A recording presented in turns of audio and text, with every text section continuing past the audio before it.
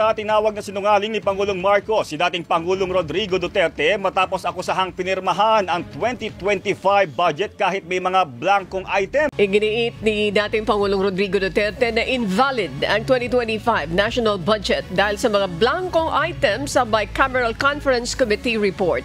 Magandang araw sa inyong lahat.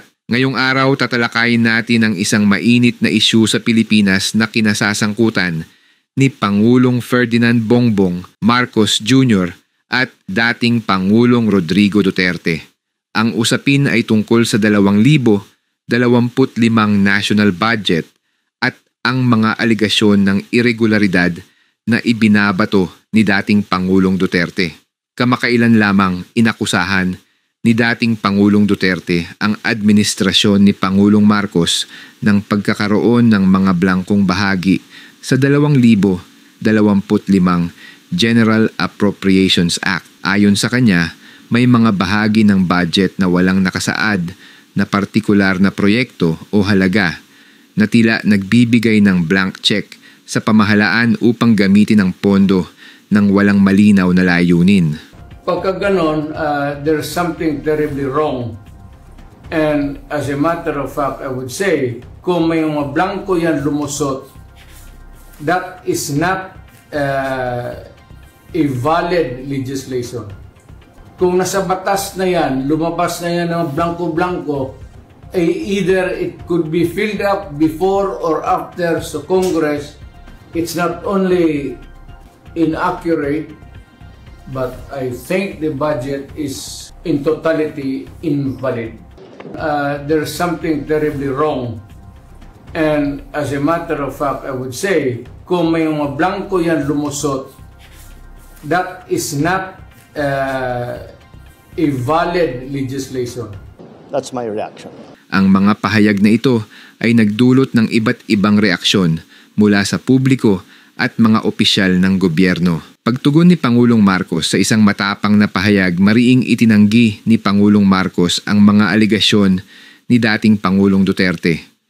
Ayon sa kanya, he's lying. He's a president. He knows that you cannot pass a GAA with a blank. He's lying. Magandang umaga. Good morning, everyone. Yes. Sir, kunin lang po namin yung reactions niyo regarding reactions niyo, sir, regarding sa allegation po ni former President Duterte regarding sa blank item. He's lying. He's a president. He knows that you cannot pass a GAA without with a blank. He's lying. Dagdag pa niya, sa buong kasaysayan ng Pilipinas, hindi pinapayagan na magkaroon ng item sa GAA na walang nakasaad na proyekto at pondo. And he's lying because he knows perfectly well that that doesn't ever happen. Sa kasaysayan ng buong Pilipinas, hindi pinapayagan na magkaroon ng item ang GAA nang hindi nakalagay kung ano yung project at saka ano yung gastos, ano yung pondo. Binigyang diin din ni Pangulong Marcos na ang 2025 budget ay makikita sa website ng Department of Budget and Management, DBM, upang masuri ng publiko. So, it's a lie. Hindi na lang. Meron namang kopya that's available on the website of DBM. Tignan ninyo, huwag na ninyong busisihin isa-isa. Hanapin nyo yung sinasabi nila na blank check.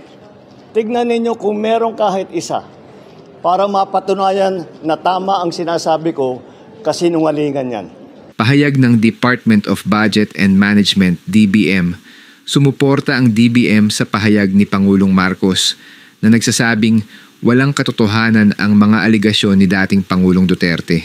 Ayon sa DBM, ang mga ipinakitang dokumento ng ilang individual ay mula sa Bicameral Conference Committee report at hindi sa mismong General Appropriations Bill, GAB o GAA. Binigyang diin nila na ang panukalang batas na nilagdaan ni Pangulong Marcos at naging batas ay isang kumpletong dokumento na walang blankong pahina o nawawalang detalye. Sa ilalim ng 1,987 konstitusyon ang GAB at hindi ang BICAM report. Ang opisyal na isinusumiti para sa konsiderasyon at pag-aproba o veto ng Pangulo. Ex-Philippine President Rodrigo Duterte branded a liar by President Marcos Jr. Duterte had echoed allegations that the president had signed a 2025 budget law that is susceptible to abuse. Reaksyon ng publiko at mga eksperto, ang mga pahayag na ito mula sa dalawang mataas na lider ng bansa ay nagdulot ng iba't ibang reaksyon mula sa publiko at mga eksperto. Sinungaling siya. Yan ang buwelta ni Pangulong Bongbong Marcos kay dating Pangulong Rodrigo Duterte kaugnay ng mga aligasyon nito sa national budget. May mga naniniwala na ang mga aligasyon ni dating Pangulong Duterte ay dapat seryosohin at imbestigahan upang masiguro ang transparency at accountability sa paggamit ng pondo ng bayan. Sa kabilang banda, may mga nagsasabing ang mga pahayag ni Duterte ay maaaring may halong politika at walang sapat na basehan. Kahalagahan ng tamang impormasyon. Sa gitna ng mga kontrobersyang ito, mahalaga ang papel ng tamang impormasyon. Ayon kay Pangulong Marcos, ang pagpapakalat ng maling balita o fake news ay maaaring magdulot ng takot at kalituhan sa publiko. Binigyang diin niya na ang katotohanan ay nagliligtas ng buhay, habang ang maling impormasyon ay maaaring magdulot ng kapahamakan. Ito ay lalo ng mahalaga sa panahon ng kalamidad, kung saan ang tamang impormasyon ay kritikal sa kaligtasan ng mga mamamayan. Konklusyon ng isyong ito ay nagpapakita ng kahalagahan ng transparency at accountability sa pamahalaan. Bilang mga mamamayan, nararapat lamang na tayo ay maging mapanuri at alamin ang katotohanan sa likod ng mga balita. Mahalaga rin ang pagkakaroon ng bukas na komunikasyon sa pagitan ng mga lider ng bansa upang maiwasan ang mga ganitong kontrobersya na maaaring magdulot ng pagkakawatak-watak ng sambayanan. Maraming salamat sa inyong pakikinig. Naway nakatulong ang talakayang ito upang mas maunawaan natin ang mga isyong kinakaharap ng ating bansa